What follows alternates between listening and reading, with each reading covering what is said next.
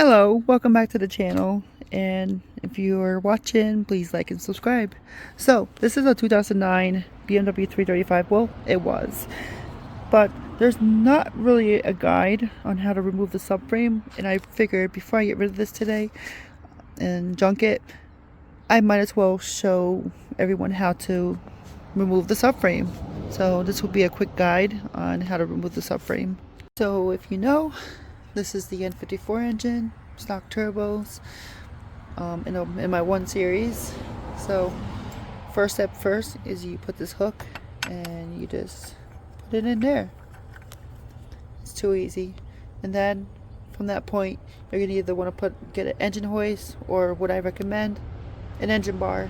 Do the engine bar, get one from Harbor Freight for $100 or so, and it's safer, and I'll explain why in a minute. Let's get right into it. So the first thing, after you're done jacking up your car, and you have it on jack stands and you're safe and you feel safe and your engine bar is secure, start by moving the coolant line that goes here. Do that first. And then there's another line that goes from here to there. I think that's like an AC line. Some cars don't have it. Right there. And then there's something up here. I think it goes here as well. After you remove all those little preliminary things, then you're gonna want to move this out. I think this is a 15 millimeter. So 1, 2, 3, 4. You can use impacts on those, and you just need a deep socket or an extension. And then this second thing is, you're gonna want to go over here. So if you're removing the subframe, if you're just lowering the subframe, then what you're gonna want to do is just skip these steps, and that's it. But if you're trying to remove it totally, then follow me. So first things first, you have this control arm here. Boom, boom. This is a long 18 millimeter, and then that's it. So you'll need an 18 millimeter socket. You'll need an 18 millimeter wrench on either side. I recommend this side because you can impact it from this side. And then you have your tie rod, which you can just pop out from here. You don't have to pop this out. You can just leave it in here. But the tie rod, unless you want to take it out from the actual, steering rack, then just pop it out from here. It'll be totally much easier. Third thing you're gonna want to do is take out the big arm. Now this can be difficult to take out, but what I recommend is impacting it from this side and holding your 18 millimeter on this side. So if this is rusty, PB blast it until you feel like you can take it out. And what you can do is just try to get it loose, try to loosen up the rubber in there, just so it's easier. Sometimes it will be, really concrete in there, but that's okay. You can always get it loose. But do this one last, because this one's going to be the hardest one. Don't use like the 18 millimeter sockets that have those many rivets in it. Just use an exact fit, or you will strip this, and then that's an entirely different conversation where you'll have to cut this off. And yeah, I had to do that anyway. So you're gonna do that for this side, and of course the other side. So you're gonna have to do this twice.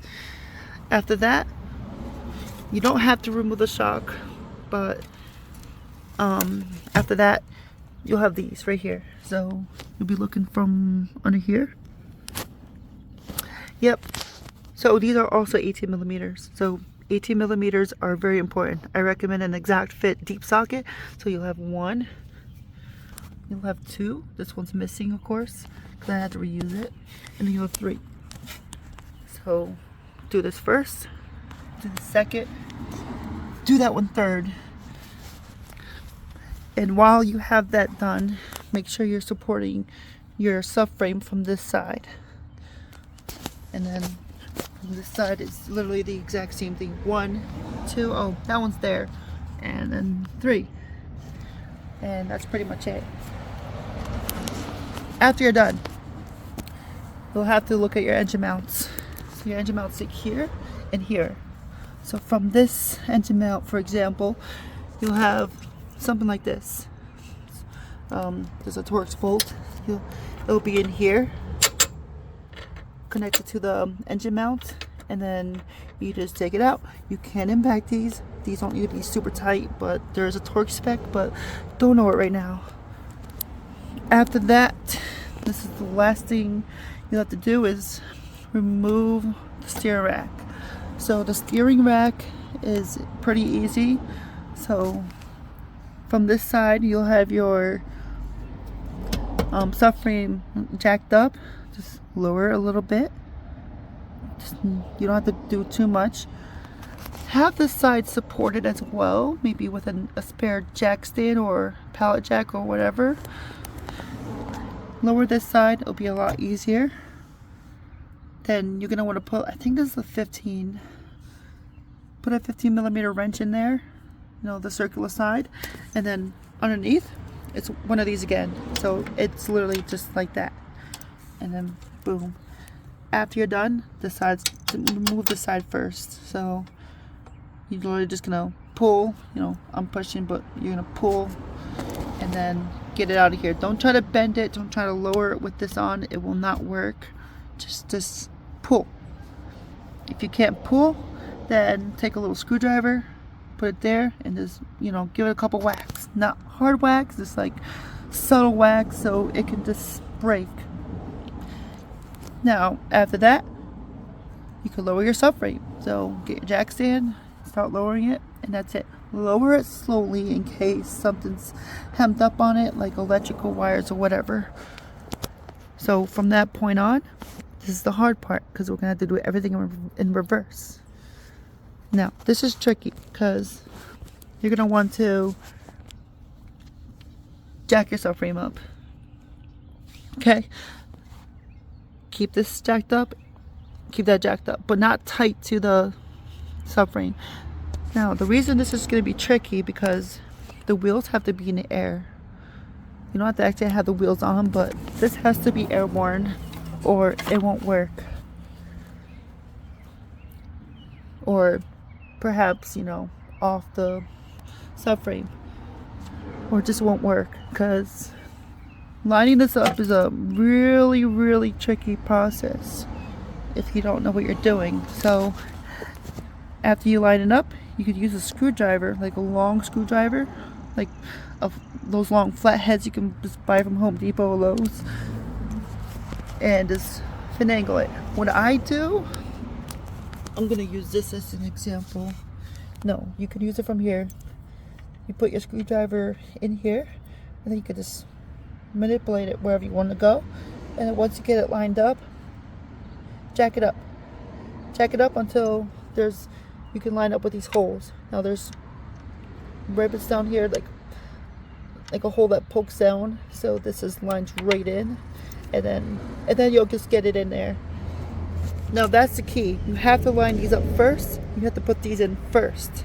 So if you don't have that lined up first, you try to do it from the back, it will not work. Trust me, it just will not work.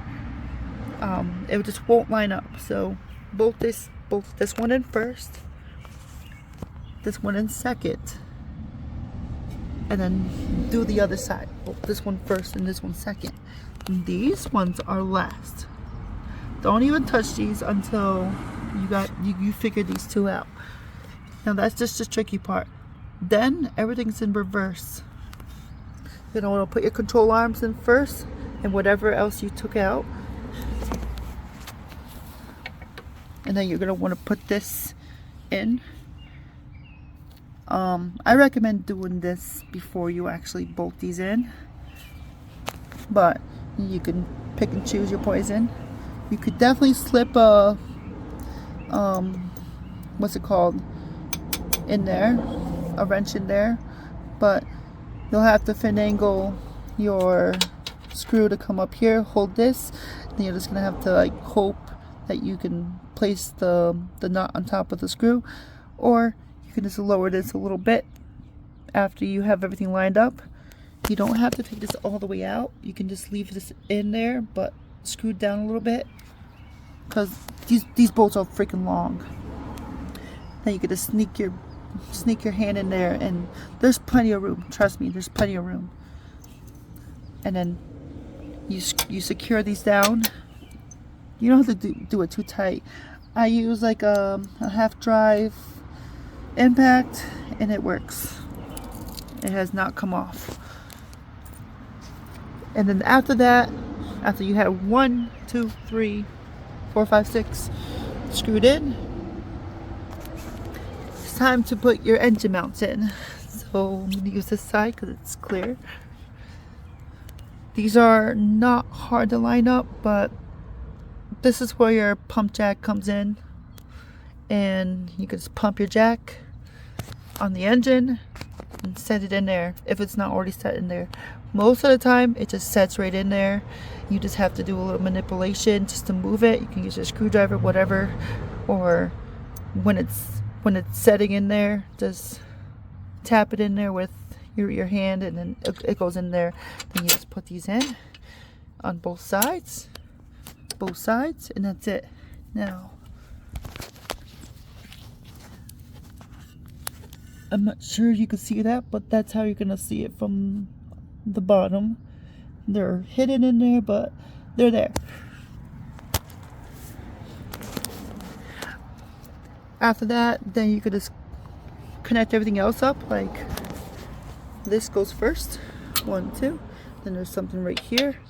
Then you can put your coolant line down, and then you're pretty much done. And that's how to remove a subframe from a BMW with XDRIVE.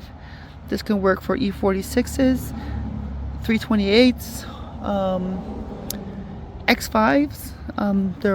X5 is a bit difficult, but it's doable.